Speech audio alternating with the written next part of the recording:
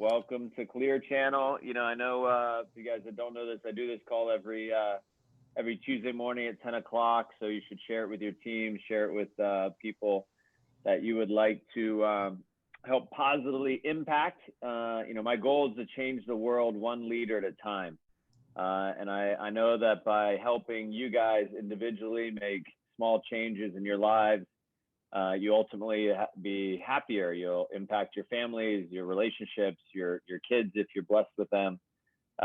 You'll just help change the world by you changing. So this morning, I'll tell you, I have a really good friend of mine jumping on. I appreciate Ed.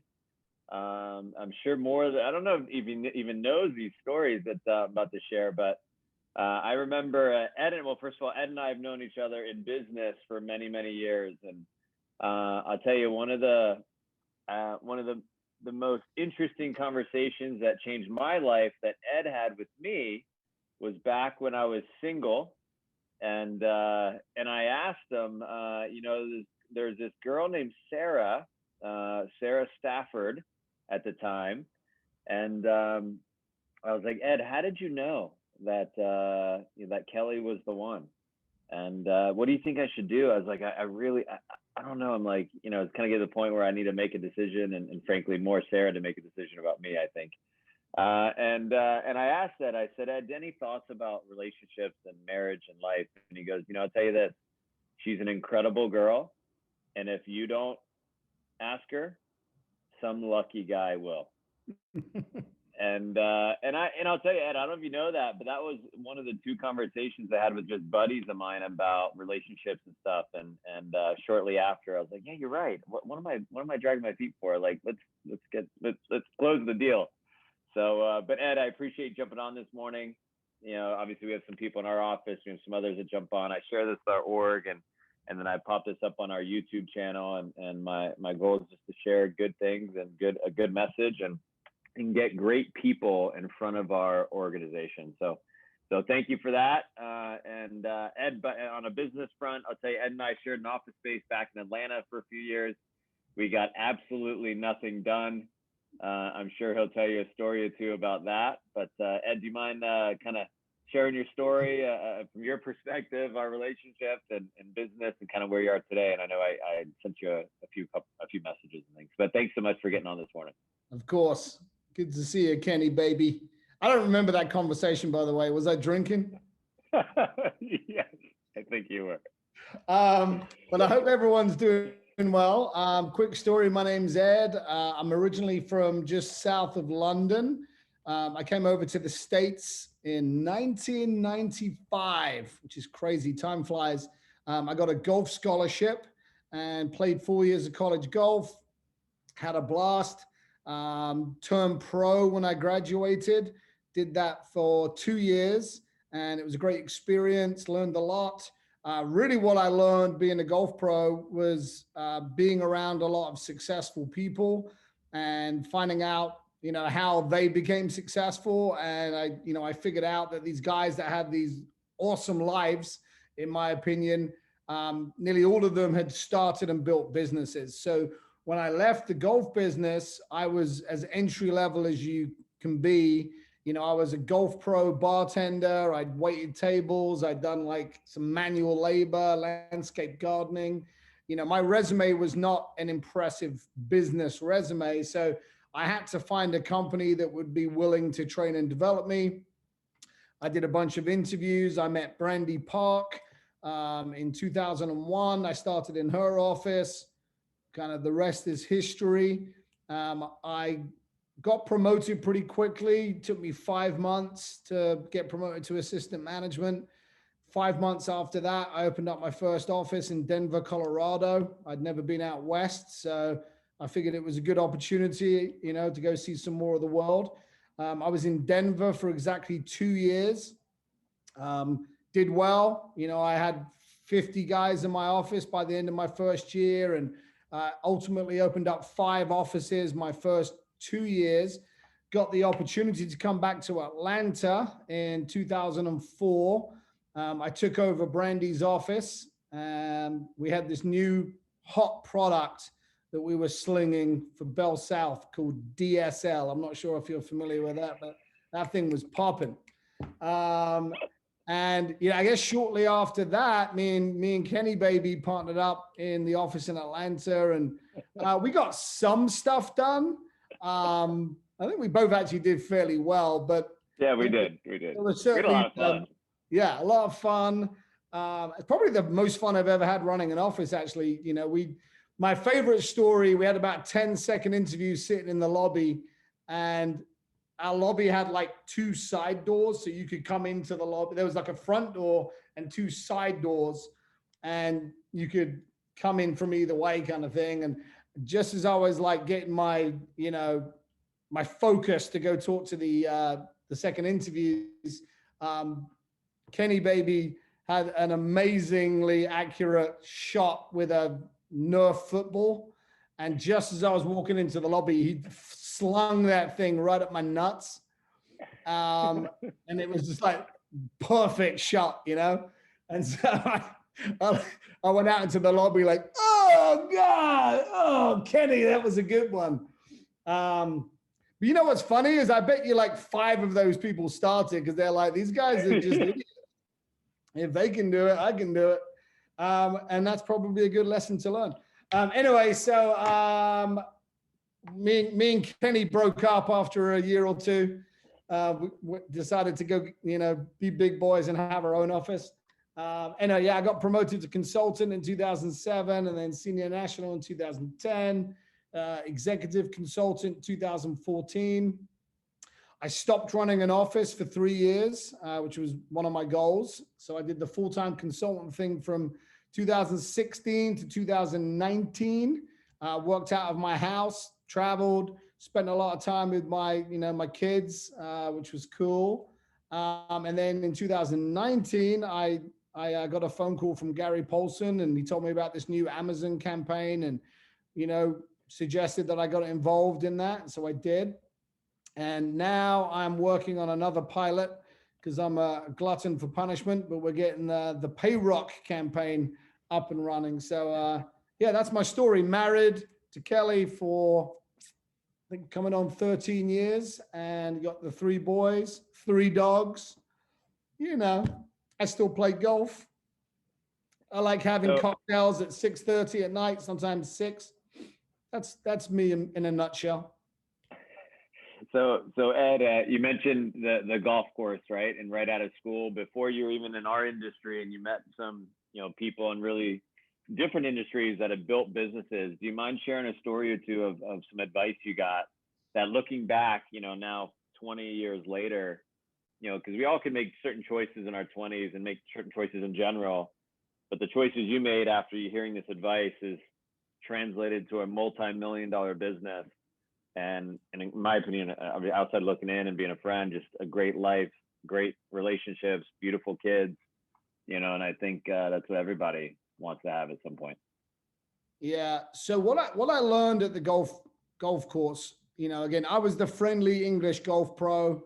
I was driving my Dodge Neon, and parking it next to some very nice cars. I think I was making about 20 grand a year in salary, and then I would play in tournaments and give lessons. But so I wasn't doing very well financially, but the education I got, I think, was worth millions of dollars. And so what I picked up pretty quickly at the golf course I was at was that there was like 3 groups of people.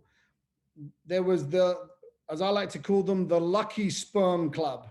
Right. So we had some kids there that were 17 years old driving Porsches that, had never really worked a day in their life and really weren't going to.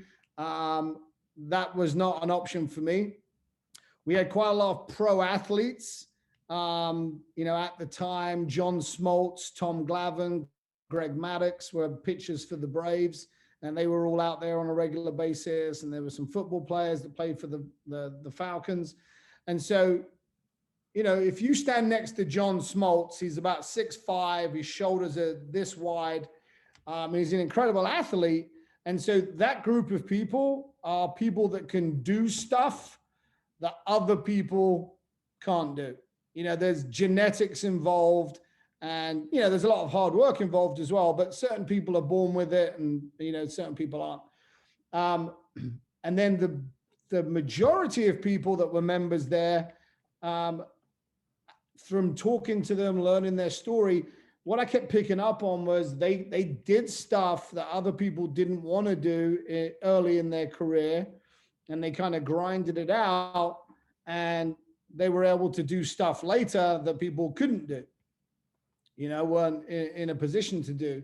And so whether I was talking to the guy who owned the stock brokerage firm, or the guy that had the big mortgage company, or the guy that, you know, had the electronics company, I kept hearing the same thing, which was, you know, I'll give you some quips here, but it's like, in life, you're going to pay, right? So you either pay now, play later, or you can play now, pay later.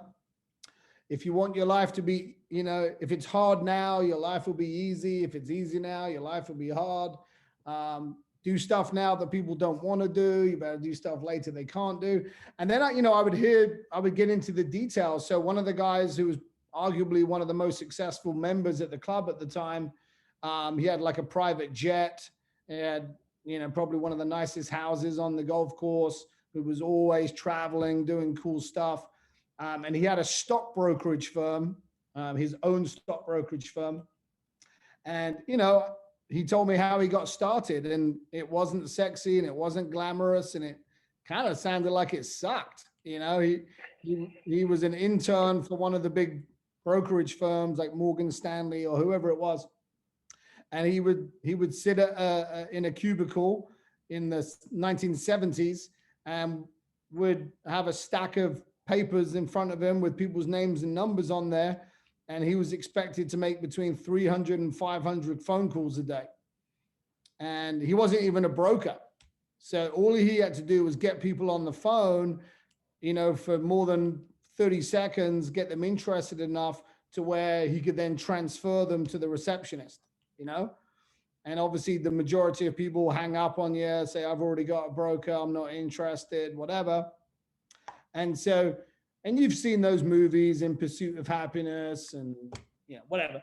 I just kept hearing the same thing. Like, I worked 6 days a week. I grinded it out, you know, and I kind of understood the secret in terms of what it takes. And, you know, big companies don't give away big opportunities. You have to earn it and prove that you're the right person for the job, you know, and you have to show your value. And that's kind of what I kept hearing. And I think one of the reasons I got promoted quickly was because I was mentally ready for the grind. And, you know, I relate everything back to sports. I would say 20 years into this thing, it couldn't be clearer to me. You know, it's like everyone wants to make the team. Everyone wants to play in the big game, right? But not everyone wants to do the work. You know, they want it to be easier. And we all played sports growing up, and that first practice, a bunch of people show up. And generally speaking, if the coach is decent, that first practice, you're doing a hell of a lot of running, you know, and suicides, all kinds of shit that just sucks. And, you know, half the people quit that first practice. And that's what the coach wants to have. You know, they want that to happen. And then eventually you get down to your squad, and then eventually you get to your starting 11. And then there's usually some stars on the team who put in more effort. You know, they want it more. So to me, it's all kind of the same thing. I think that everyone knows what it takes. It's kind of like if you see somebody that you haven't seen in a while that's lost a lot of weight, you go, oh man, you look great. What did you do? You know what they did. You know what they did. They've been eating really well and they've been exercising. And that's what they're going to tell you. But there's a little part of you that hopes that they go, oh no, I got this magic pill. I haven't done shit. I've just been sitting on the couch watching TV. I take this one pill a day and I lost 60 pounds, right? And so it's the same thing in any business. Like, how do you get to the top? You know how you do it. You know, you show up a little earlier, you stay a little later, you put more effort in, you're a good student, you apply the advice. You know, in our business, you have mentors around you that will tell you what to do. You obviously take care of people, you help them hit their goals. If you help enough people hit their goals, you'll hit all of your goals. You know what I mean? And so, if you've been around for, I would say, 2 months, I think you know what to do. Now it's a matter of doing it. And integrity is what you do when no one's watching. You know, and so when you're out there in the field solo, you know what to do. You know what to do.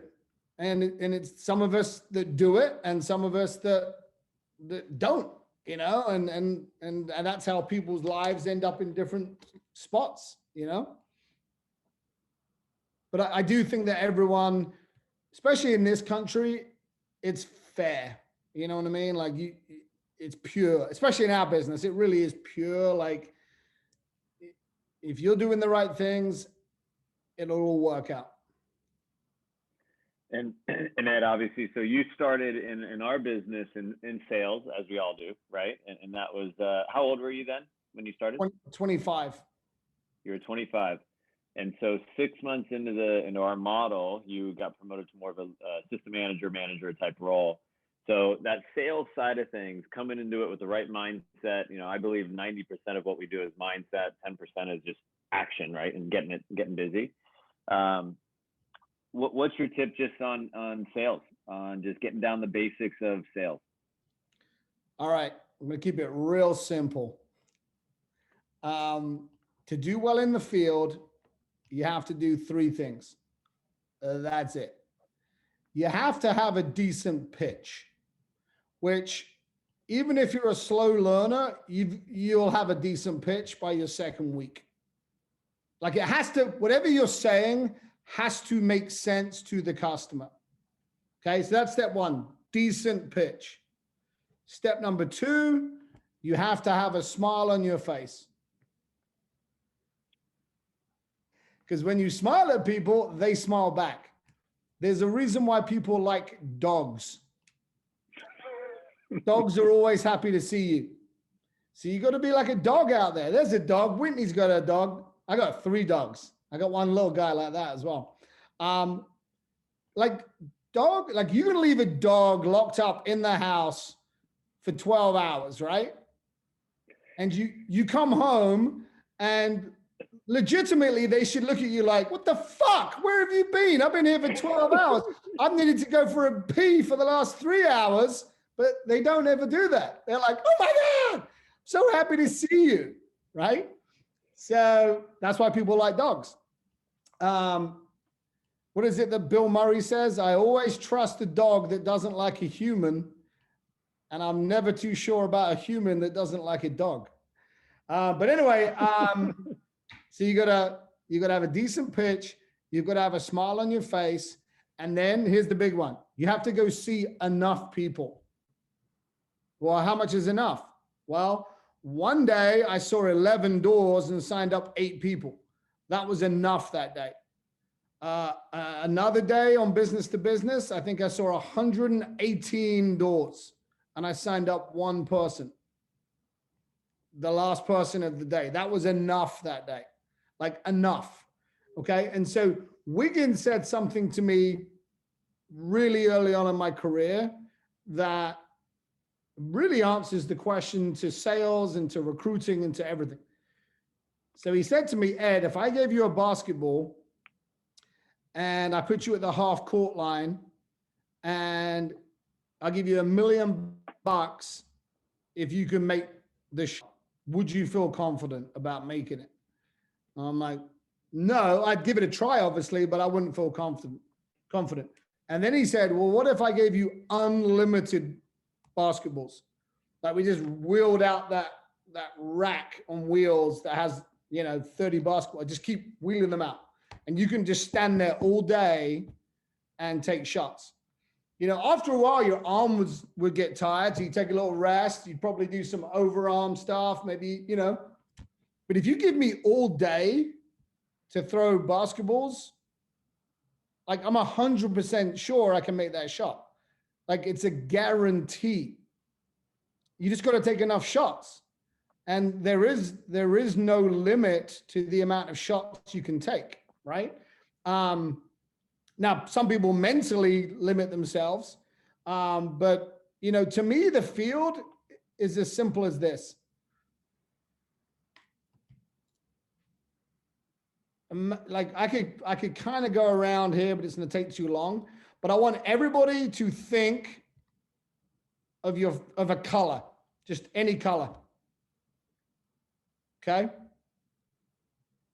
And your job in the field is just to go out there with your decent pitch, a smile on your face, and see enough people, and go find somebody who likes the color green. And if they like the color blue, who cares? There's nothing emotional about it. You know, so I could go around, hey, Sam, what's your favorite color? Purple. Purple. Okay, cool. Have a good day. Whitney, what's your favorite color? Green. Oh, there we go. I just signed up the second door of the day, right? But it doesn't matter if she said yellow, if she said blue, if she said pink. Like, it's not emotional. I'm not going to walk away from Whitney's door and go, man, why doesn't she like green? You know, it's like if you pick somebody and they go, oh, my husband works for Comcast and, you know, we get a really good rate. Like, I don't expect to sign that person up. And I'm like, oh, good for you. You probably got the best rate in town. All right, well, nice meeting you. Have a good one. I just keep moving. I want to go find the people that like the color green. There's nothing emotional about it, you know. And I know if I'm at that half court line, I'm going to make a shot sooner or later. Now, if I lose my attitude and I start throwing the ball like sideways and, you know, start questioning if I'm a good person or not, then I'm not going to make the shot. But I'm just going to keep shooting shots, right? And so, you know, something that I think is helpful to wrap your head around if you want to get promoted. In every single company in the world, there are A players, B players, and C players. Okay. You've probably heard of the 80-20 rule.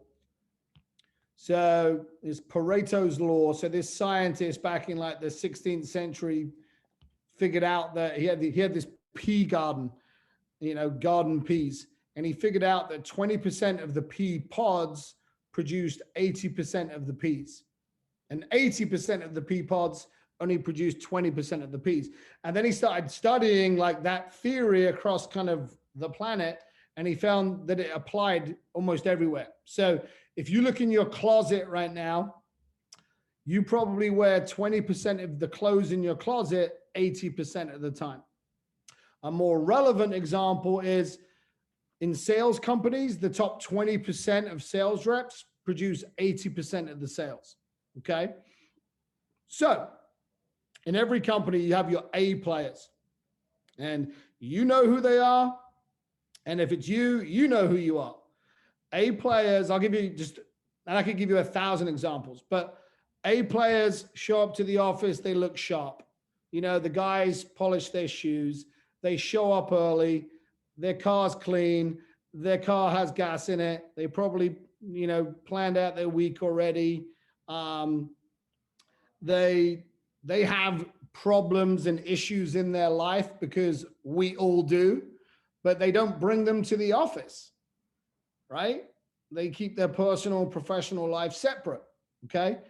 A players will take notes and ask questions. And if they're having trouble with something, they'll say, hey, Ken, you know, I'm having trouble with this, or my training, I think could use improvement. And Ken will give them advice, and then they'll take the advice and apply it, right? A players, I'll cut to the chase. So I built my team on residential.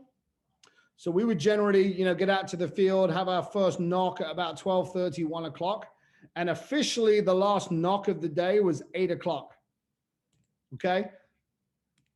If I hadn't done anything at 8 o'clock, I stayed out there. And at 7:30, I already knew I was probably going to stay out there. Right. And so if somebody was like, hey, we're having dinner right now, I would say, cool, can I come back about 8:15? And they're like, sure. So I would set up my callback for after last knock, right?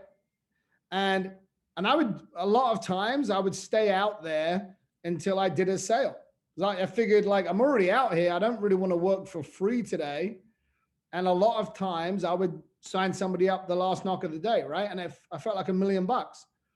All right, a B player. This is where the majority of the world resides. Okay, so 70% of employees are B players. And I use the word employee deliberately. Employees do their job.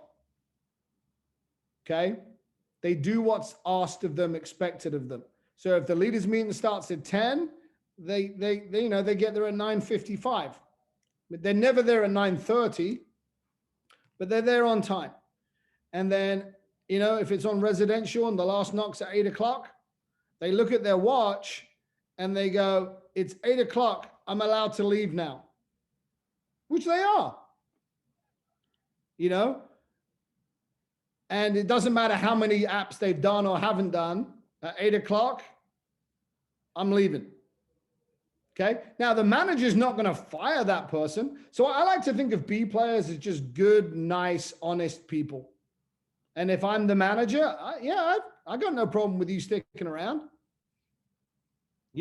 Maybe you'll get lucky and have a big day tomorrow, So again, those are B players. And then C players, the bottom 10%, these are the people that, cause all the drama, the issues, the headaches. They can never catch a break. They bring all of their shit to the office and tell everyone about it. And, oh, listen to this. My boyfriend broke up with me. And, they're just a pain in the ass. And they'll be a pain in the ass at the next job they go to, and the next one, and the next one. And so obviously as a manager, we cut the dead weight as quickly as possible if we've got a C player. And so that's it. And so going back to your original question, like, I think I had to make a decision at some point or another to be the A player, because the A players are the only ones who get promoted. And here's the way I looked at it. Like, all of us, we want to go do fun stuff. Like, we want to go to the concert. We want to go to the game. We want to take that trip. We want to do stuff. I just figured that being successful in my career was a really important piece of my life, because once you're successful in your career, you can go do all those things, but if you're too busy doing those things when you're trying to get your career going, a lot of times that person never quite gets over the hump. There was a number of leaders in the office when I started that were good, but like they couldn't consistently show up. Oh, I got to take Friday off because of this thing, And so again, going back to, when I tell people I got promoted in 5 months, they're like, oh, how'd you do it? I'm like, well, let's start with this. I never took a day off and I never came in late. Let's start with that, and every other leader in the office while I was there came in late, took days off, And so here's how it works, guys. It's not complicated. Your manager wants to build the office. They want to build a strong office. They're the quarterback of the team. The leaders are the wide receivers. Managers got the ball every morning. Who are they going to throw it to? Are they going to throw it to the leader that's just super duper consistent, solid attitude? They're never too up, never too down. They're just solid. They always do an app or two every day. Or are they going to throw it to that wide receiver that's capable of making the unbelievable one-handed catch, but will also drop the easy ones in the numbers? That's the person that goes out and does 4 on a Monday and then nothing on Tuesday, nothing on Wednesday. Maybe they do an app on Thursday, right? If I'm the manager, I'm like, man, like, I've got this sharp interview that I think could be really good, but if I throw you the ball, I'm not sure if you're going to catch it or not. And so for Brandy, I was the really reliable wide receiver. You know, I was like the Wes Welker for Tom Brady back in the day. Like, you throw it to me, I'm going to catch it. Not the greatest player of all time, but fucking solid. You know what I mean? And so she never had to like worry about where I was. You know, I picked up the phone if she called me, basic stuff. And so I was always just there ready to go. So she had a lot of confidence in me. And whenever the sharp interviews came in, she didn't even have to think about it. They're going out with Ed. Ed's going to show them a good example in the field. He's going to show them a ton of doors. He's going to show them how to keep a good attitude, like simple stuff. He's not going to leave the field at 7:58, you know, and he's probably going to meet them early for a cup of coffee. And again, we're talking like 20 minutes early, right? It's not a big deal. I used to tell all my new guys that, like on day 5, hey, let's go grab a cup of coffee before atmosphere. I just want to go over, you know, make sure you're getting the hang of this sales stuff before you go out solo, you know? And then what ends up happening is all the other people in the office, they want to be on your team. You know, they're like, my leader's always too busy to meet with me. No, they're not. They're just busy doing other things, you know? So, Awesome. yeah, long answer to a short question, Kenny, baby. No, you're good. No, good. And it's, you know, it's always the little things, right? It's the first impression. It's you mentioned the coffee.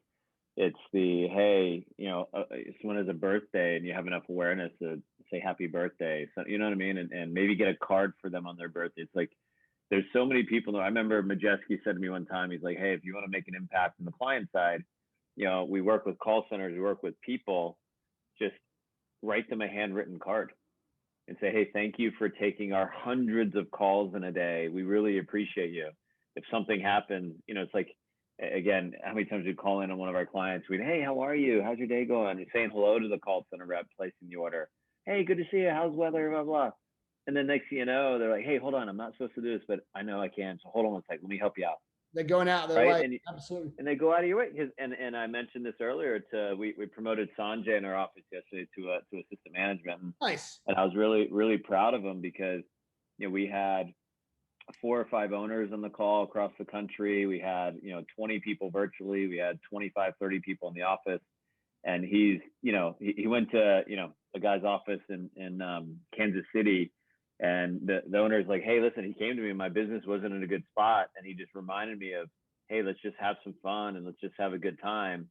And now his business is doing fantastic, right? And it was kind of the light bulb as an owner, taking, you know, a little bit of advice from someone just working in our office. And I mentioned to him, it's, you know, it takes a village to raise a child. It takes an office to promote an assistant manager. But as building an organization, which is what he really wants to do, so the more people that want to see you do well in your career, because you just simply do what you can to help them, the faster you're going to do well in any business. The more people that like you, the more people that help you in their career, I mean, the faster you're going to grow. So yeah, it's super exciting. Well, congrats to Sanjay. Good job, buddy. And to be honest, I feel like the person who is most qualified to teach you how to get promoted to management is the assistant manager. What they did the 6 to 8 weeks prior to getting promoted. Like, if you ask me exactly what I did to get promoted, like I can't really remember. It was almost 20 years ago. But Sanjay remembers. Like and so it was always taught to me that the purest example of the business is what the assistant manager did 6 to 8 weeks before they got promoted. And it's a lot of the little things. And like Ken was saying, it's not hard. It's just maybe hard to do. It's like making sure you get enough sleep. It's making sure you get up early. You know, here's a little thing. Like, becoming successful is really just deciding what you want to do and then just honoring your commitment. So successful people honor their commitments. And so, and it starts at the very beginning of the day. If you say, I'm going to get up at 7:30 and your alarm goes off, that's like your first commitment of the day. Do you get up and go, or do you go, all right, I'm just going to lay here for another 20 minutes? And then I'm going to be kind of slightly rushing and a little off my game because I'm playing catch up. It's amazing. Like, and you see it in sports all the time where the team has the momentum. And you know, a lot of the experts kind of recommend that you just get a lot of wins early on in the day before your work day even starts. So you've probably seen that video with the army guy talking about making your bed. You know, it's just like, all right, I'm going to do this, this, and this first thing in the morning. If you do it, then you feel like you're on a roll, you know? So again, it's all little stuff, but it's sometimes hard to do. And it's still hard for me to do a lot of these things a lot of the time, you know, it's just got to want to do it. Yeah. Yeah, you're so right. And it's, you know, where we are in our career at this point, we have the pain of the pain of discipline and the pain of regret, and tons of experiences of each one, right? We know when we're disciplined, and when we're human. We wake up, like the alarm goes off, you have that like, but you know, based on all these different times you chose to sleep in and whatever, what your day looks like, how you feel. So that bank of pain is bigger. And then you also have the pain of discipline when you know how you feel on the positive side. And so that's why nowadays for us, normally speaking, right, we're human, but normally speaking, we're like, no, we know we have to. So it's like, we get moving, right? So I think people, and I know in my 20s, I didn't have that experience, right? So you don't really know, maybe I should have, it won't be that big a deal, right? I'll be okay. But then you realize later it's a big deal. So right, here's something that I think is important to wrap your head around, right? I don't think any of us do well when we feel like we have to do something. You know what I mean? It's like, oh, like it's like me telling my 7-year-old, you have to do your homework. Oh, I don't want to, Dad. I'm like, I get it, but we have to do it, right? No one likes that. Anyone that's going to do well in our business is obviously going to be thinking more entrepreneurial than anything else, right? A lot of employees, you have to tell them what to do. Clock in at this time, do this, do that. You can take lunch at this time, and you can clock out at this time, right?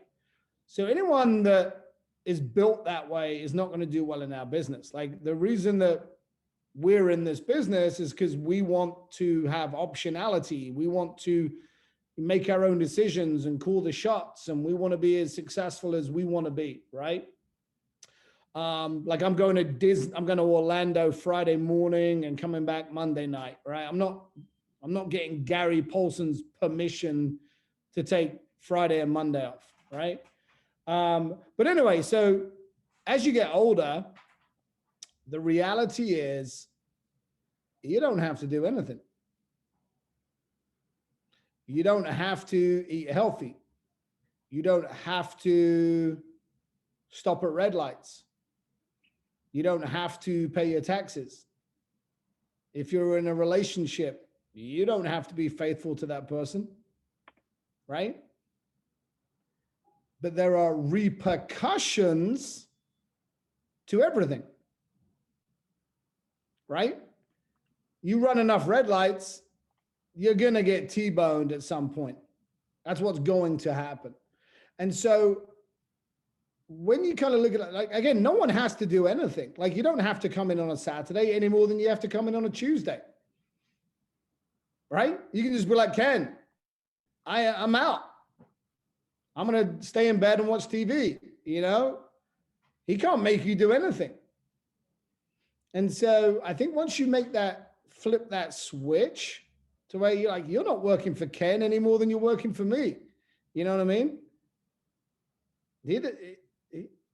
He can't make you do anything. But so what it all boils down to is, what do you want? What do you want? and what's important to you. Because I'll tell you this, is AT&T your client, Ken? Yeah, we do Target retail. Target retail, so a lot of cell phones. Yep. And Yep. so I've worked with 18 different clients, I think, at this point, and they're all good clients. They're all well known. They advertise on TV, right? But if here's a good indication of where you're at. Like if you catch up with one of your college buddies over the weekend, you haven't seen for a while, and they say, "What do you do? What's your new job? What do you do?" If you say, if your like leading answer is, "Oh, I do sales with AT&T," I think you're in big trouble. Like AT&T is just the vehicle that can get you from point A to point B. So the vehicle that got me promoted in 2001 was New Power Gas. You've never even heard of them. So when people ask me what I did, I'm like, hey, well, I'm in this management training program. So I've got to learn the sales and get really good at that. And then I've got to get good at training other people. And, ultimately how to recruit and interview and hire good people, because next year I'm going to be running my own company. I'm going to be running my own office. Okay, so what do you do? Like on a day-to-day basis? We work with this energy company called New Power, and I help people save money on their gas bill. But that's not really what I do. Like what does a professional soccer player do 90% of the time? They ain't playing games. They're lifting weights. They're running. They're doing, whatever, you know what I mean? Other stuff. But if you ask them, what do you do? I'm a pro soccer player. You know what I mean? And so, yeah, the client and all that stuff, the field to me is all just a means to an end. It's a game. It's a game. I played the game pretty well in 2001. Like my little Pac-Man character went to more doors. When the mean customer, the ghost came out, like I got the hell out of there. I just played the game. And if you decided you want to play this game, then figure out all the tricks, Like Ken will tell you all the tricks. He'll tell you all the cheats to get to the next level, But, Awesome. Just in wrapping up, and first of all, again, thanks so much for getting on today and sharing some wisdom. Fun trips, cool things. I know you guys chance to go to the Olympics with some of your crew at one point. Anything recently? And just so you guys know, he's a scratch golfer. He's been working hard to get on the tour. I know you've had some cracks at that recently, which is pretty cool.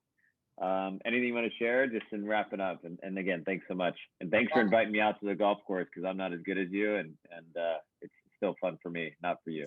I'm officially not a scratch golfer anymore, but I did play in a PGA Tour event a couple of years ago, which was fun in front of the crowds. And I actually beat my pro that day. I shot a 73, shot a 75. His name's Sebastian Munoz. He has since won on tour. He played in the Masters last year. So I think I probably motivated him that day. So the amateur beat me. Shit. Yeah, I've taken a lot of fun trips, to be honest. So Ken mentioned that in 2000 and whatever that was, 12. I took 10 of my managers to London for the Olympics for the week, and we had a big time. Our motto was, "We'll sleep when we're dead." So we went to Olympic events during the day and went out at night, and we actually flew back through Amsterdam. That was a good time. A couple of years ago, I ran another kind of contest, and I rented a house in Augusta that, slept about 16, probably. Beautiful house with the pool and all that.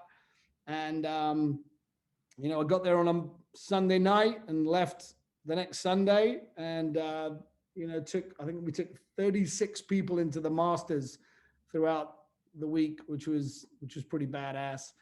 Yeah, I mean, again, it's those are some of the big ones, I guess. But you know, I was just in Las Vegas a month ago.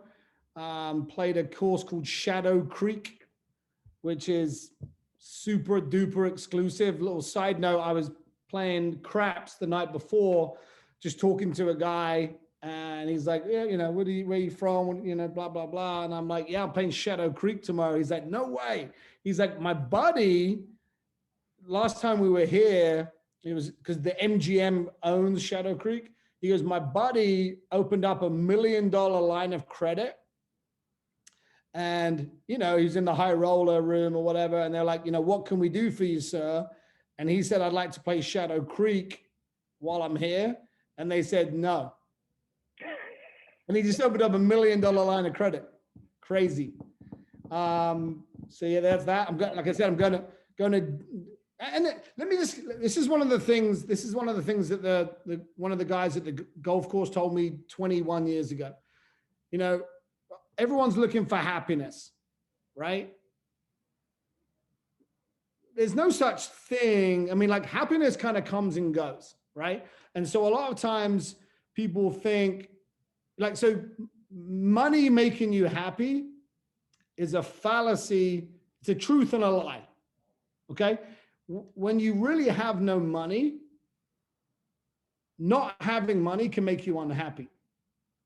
Right? When there's pressure on bills to pay, whatever. Or we'll use a silly example. If you have absolutely no money, you're naked and you're hungry in the forest because you have no money for clothes or food or shelter, right? You'll probably be pretty unhappy. And if somebody gave you some money to where you can put some clothes on and sit by the fire and have a nice warm bowl of soup, your happiness would go up, right? But it doesn't keep going. You know what I mean? Like if that were the case, then Bill Gates would live in a perpetual state of bliss, right? And so anyway, this guy at the golf course told me this. He goes, the key to happiness in life is optionality. Optionality, which is basically doing what you want to do, not being pushed into a corner and doing what you have to do, right?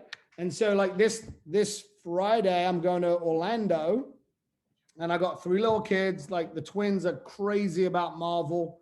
It's going to be a good time. And, you know, we were looking at hotels, and, you know, which hotel do you want to stay at? Do you want to stay on campus where they just shuttle you to all the parks? Of course you do. All right, so we'll do that. And then there's this one. Oh, the Waldorf Astoria, here's what they've got going on. They've got a 5-acre lazy river. They've got a badass pool where they show movies every night where you can float in the pool and watch a movie. They do s'mores every night, you know, for the kids. There's like characters there that'll be cruising around. You know what I mean? You're like, yeah, I want to do that one. You know, but that's not how I rolled for the first 26 years of my life. You know what I mean? And so, again, nobody has to do anything. Remember that. What are you going to do? Awesome. Well, Ed, thank you so much for getting on this morning. You rock, brother. Good to see you. We're also going to Florida next week. I'm taking the family to West Palm. We're going to stay on the beach for 5 days and run the business remotely. So I agree. Having options is a great thing. So thanks so much.